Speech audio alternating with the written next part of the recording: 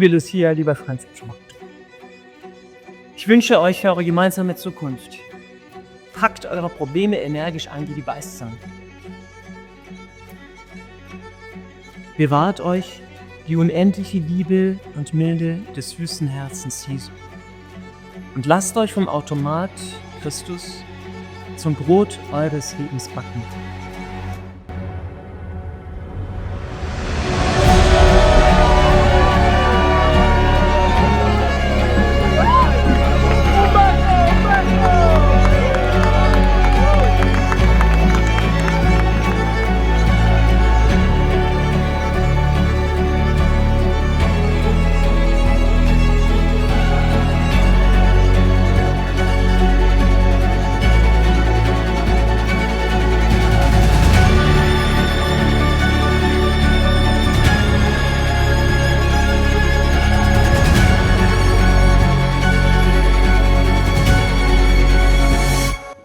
Und wenn dich dann Francisco nach ein paar Monaten, Jahren jemand fragte, und wie geht's denn so mit der Ehe? Was ist es da?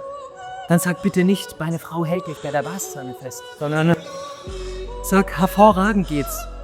Unsere Liebe ist süß, frisch gebacken und hält bombenfest, sodass sie keine Beißzange auf der Welt kann.